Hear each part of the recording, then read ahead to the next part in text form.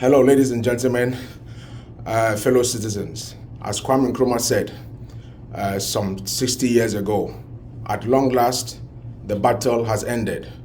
Ghana, your beloved country, is free forever. Tomorrow we will be free for the second time. Tomorrow's voting is an important event to get Ghana away from this group of misguided NPP people who want to treat Ghana like a family dynasty.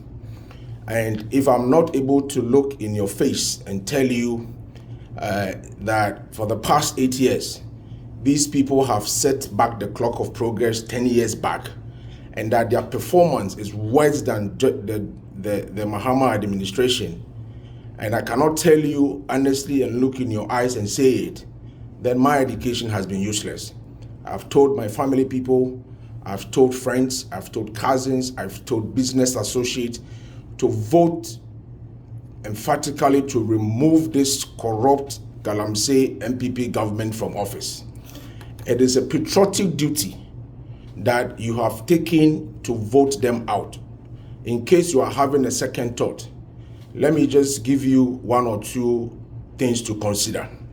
These people were elected, led by Nana Akufo-Addo and the Vice President Mahmoud Bawumia, were elected to do basically three things. All the projects and the commissionings don't matter because President Mahama was doing the same thing. But they were elected principally to end corruption, reduce or end corruption, fix the economy, especially create jobs and fix the city. And they were supposed to improve good governance. They have failed on all three scores, and nobody can debate us on this matter. On corruption, today is not the time to talk about PDS, SML deal, the crazy Japan deal they wanted to take over the gold resources of Ghana, and all the money stolen through the so-called digitalization agenda, and the monies that are in people's beds and so on. But on corruption, if you want to know how greedy and recklessly greedy these people have been, I will tell you about the National Cathedral. They even stole in the name of God. They even stole in trying to build a cathedral for God Almighty. They didn't just do that. That is the height of blasphemy. They didn't just do that. They assembled the most powerful and respected clergymen of our republic and put them in a trusteeship and put them aside somewhere, and they took decisions on their behalf. All these monies that were stolen and moved about to be given to architects and so on and so forth were done on the blind side of the clergymen. So if you want to know about corruption, forget about the ones I mentioned.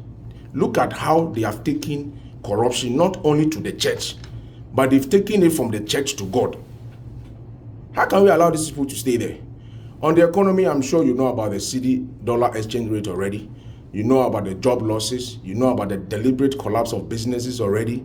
You know about their own NAPCO that they have not been able to pay the people, they collapse it. If you cannot create jobs, do you collapse the ones that individuals and spirited entrepreneurs have created?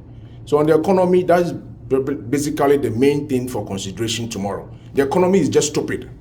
So we should use that to kick them out. It's that simple. On good governance, look, I like politics because it is a noble thing to do. It is nothing but a public administration, an administration of the polity. So like somebody is a bank manager, somebody is a chief executive of Barclays, Unilever, and so on.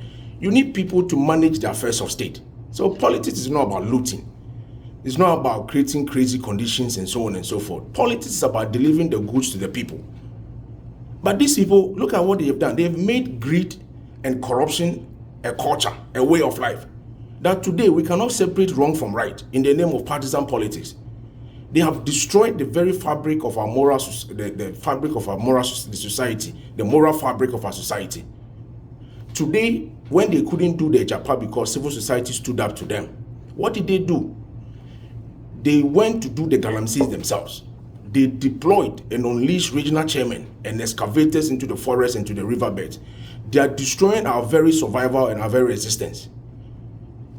Let's move on to the so-called free SHS. Even free SHS, that is a flagship program of their administration, which money they spend more in the Jubilee House than they spend on free SHS. They today, in the name of greed, in the pursuit of greed, reckless greed, and careless disregard for human life, feed our children with insect infected rice. And you have the FDA and the Ministry of Education and officials at the presidency trying to justify this. If you don't stop the greed and the recklessness and the foolishness, we will all be affected, because every household in Ghana has a free SHS person there. And all of us could have lost children because somebody was just being greedy by rebagging bags of rice that has been declared expired or unwholesome by the FDA. Let's put that one aside. Let's come to the state institutions. As I speak today, the Electoral Commission, which is supposed to be an independent body, has at least four members. Majority of the members of the commission, 7-member commission, are known NPP people. Akufo-Addo has packed the Electoral Commission. The head of IT at the Electoral Commission is a known NPP person. Foot soldiers have been selected and put at the Electoral Commission this committee of the so-called vetting committee that remove people's names. Somebody like me, sensible, intelligent, patriotic guy like me want to be president, you remove my name. And then you have some members of the judiciary.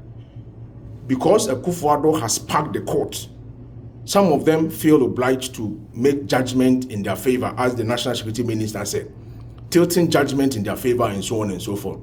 So there's a whole conspiracy to take over the democratic institutions also that guarantees accountability.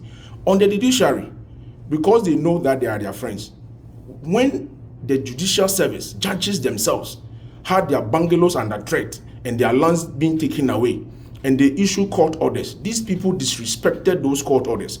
So they don't just bastardize the state institutions by packing them out with party-full soldiers.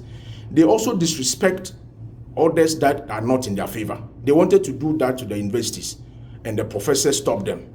So for good governance, they have destroyed every aspect of our lives, and we have a responsibility in this election tomorrow to kick them out. Nobody should have a second thought.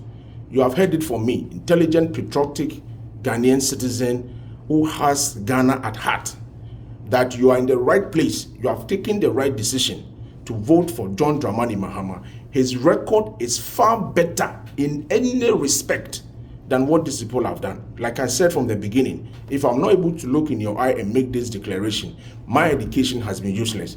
Let's put Ghana first in this election tomorrow. Let's stop them from creating a family dynasty. Let's stop them from turning Ghana into a colony.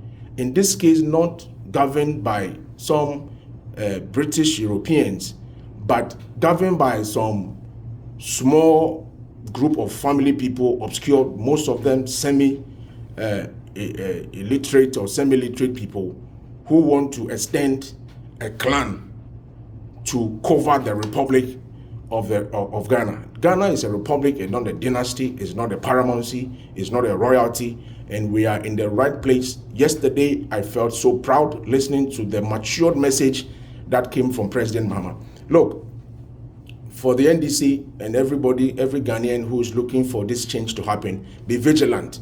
Take out your phones and your videos and be filming all the bad things that these people are going to do. Protect the ballot so that Ghana, like I said from the beginning, will be independent once again, not from the British, but from some misguided local mafia family people who have misunderstood the purpose for which we voted for them some 8 years ago. Thank you very much for your attention. Those who have questions and want clarification, put your questions down there and I'll be very glad to answer them for you. Thank you very much.